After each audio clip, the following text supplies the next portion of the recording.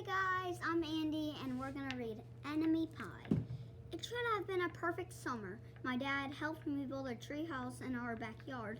My sister was at camp for 3 whole weeks, and I was on the best baseball team in town. It should have been a perfect summer, but it wasn't. It was all good until Jeremy Ross moved into the neighborhood right next door to my best friend Stanley.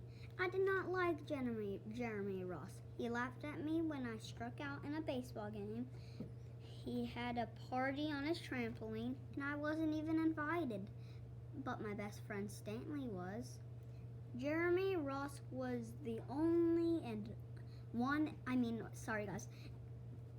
one and only person on my enemy list. But I never even had an enemy list until he moved into the neighborhood. But as soon as he came along, I needed one thing. I hung up it in my treehouse where Jeremy Ross was not allowed to go. Dad understood stuff like enemies.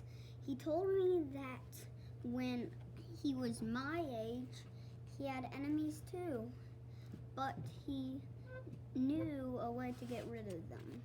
I asked him to tell me how. Tell you how? I'll show you, he said. He pulled out a really old recipe book of the kitchen shelf. Inside there was a worn out scrap of paper with faded writing. Dad held it up and squinted at it. Enemy pie, he said, satisfied.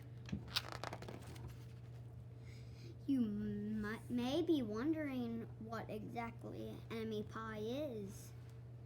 What is in enemy pie? I was wondering too, but Dad said the recipe was so secret he couldn't even tell me. I decided it must be magic. I begged him to tell me something, anything. I will tell you this, he said. Enemy pie is the fastest known way to get rid of enemies. Now, of course, this got my mind working. What kind of things, disgusting things, would I put into a pie for an enemy? I brought Dad some weeds from the garden, but he just shook his head. I brought him earthworms and rocks, but he didn't even think he needed those. I gave him the gum I've been chewing all morning. He gave it right back to me. I went out to play alone. I shot baskets until the ball got stuck on the roof. I threw boomerang that never came back to me. And all the while, I listened to sounds of my dad chopping and stirring blended the ingredients of enemy pie. This could be a great summer after all. Enemy pie was going to be awful. I tried to imagine how horrible it must smell, or worse yet, what it would look like. But when I was in the back room looking for ladybugs, I smelled something really, really, really good. And as far as I could tell, it was coming from our kitchen. I was a bit confused. I went in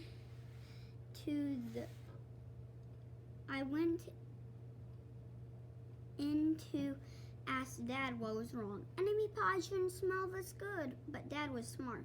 If enemy pie smelled bad, your enemy would never eat it, he said. But I could tell he'd made enemy pie before. The buzzer rang, and Dad put on the oven mitts and pulled the pie out of the oven. It looked like plain old pie. It looked good enough to eat, I was catching on. But still, I wasn't sure how this enemy pie worked. What exactly did it do? Maybe it made their hair fall out or their breath stinky. Maybe it made bullies cry, I said. But he was no help. He wouldn't tell me a thing. But when the pie cooled, he filled me in on my job. He talked quietly. There is one part of enemy pie that I can't do in order for it to work. You need to spend a day with your enemy. Even worse, you have to be nice to him. It's not easy, but that's the only way enemy pie can work. Are you sure you want to go through this? Of course I was. It sounded horrible. It was scary, but it was worth a try. All I had to do was spend one day with Jeremy Ross. Sorry, guys. Then he'd be out of my hair for the rest of my life. I rode my bike to his house and knocked on the door. When Jeremy opened the door, he seemed surprised. He stood on the other side of the screen door and looked at me, waiting for me to say something. I was nervous. Can you play? I asked. He looked confused. I'll go ask my mom, he said. He came back with his shoes in his hands. His mom walked around the corner to say hello. You boys stay out of trouble, she said, smiling. We rode bikes for a while and played on the trampoline. Then we made some water balloons and threw them at the neighbor girls. But we missed. Jeremy's mom made us lunch. After lunch, we went over to my house. It was strange, but I was kind of having fun with my enemy. He almost seemed nice.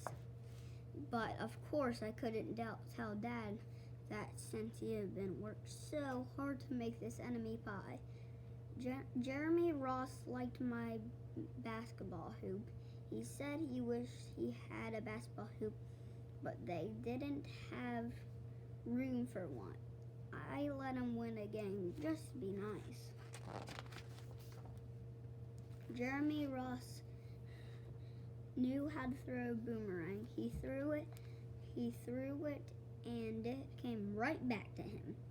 I threw it, and it went over my house and into Jeremy's backyard.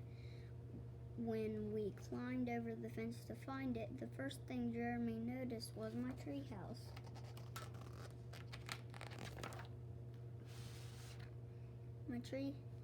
My tree house was my tree house. I was the boss. My sister wanted it. I didn't have to let her. If my dad wanted in, I didn't have to let him. And if Jeremy wanted in, can we go in it? He asked. I knew he was going to ask me that, but at the top person, the only person on my enemy list. And enemies aren't allowed in my treehouse, but he did teach me to throw a boomerang, and he did have me over for lunch, and he did let me play on his trampoline. He wasn't being a very good enemy. Okay, I said, but hold on. I climbed up ahead of him and tore the enemies list off the wall. I had a checkerboard and some cards in the treehouse, and we played games until my dad called us down for dinner. We pretended we didn't hear him, and when he came out to get us, we tried to hide from him, but somehow he found us.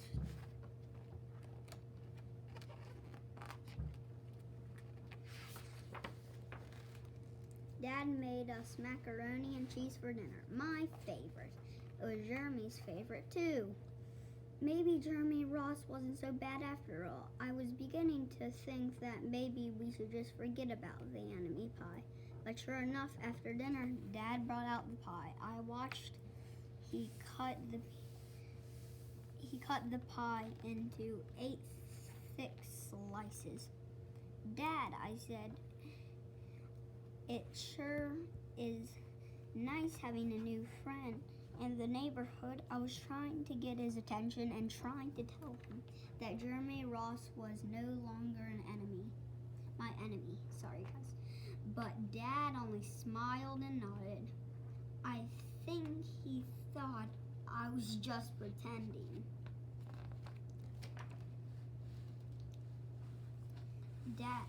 Dad dished up 3 plates side by side with big pieces of pie and giant scoops of ice cream. He passed one to me and one to Jeremy. Wow, Jeremy said, looking at the pie. My dad never makes this, makes pie like this. It was at this point I panicked. I didn't want Jeremy to eat the enemy pie. He was my friend. I couldn't let him eat. Jeremy, don't eat it. It's bad pie. It's poisonous or something. Jeremy stopped before reaching his mouth. He crumped his eyebrows and looked at me funny. I felt revealed. I had saved his life. I was a hero.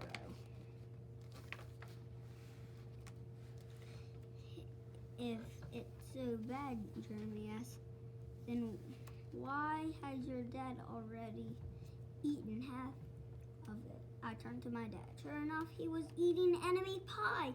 Good stuff, he mumbled through a mouthful. And that was all he said. I sat there watching them eat enemy pie for a few seconds. Dad was laughing, Jeremy was happily eating, and neither of them was losing any hair. It seemed safe enough. So I took a tiny taste. Enemy pie was delicious. After dessert, Jeremy rode his bike home, but not before inviting me over to play on his trampoline in the morning. He said he'd teach me how to flip. As for enemy pie, I still don't know how to make it. I still wondered if enemies really do hate it, or if their hair falls out, or if their breath turns bad. But I don't know if I'll ever get an answer because I just lost my best enemy. See?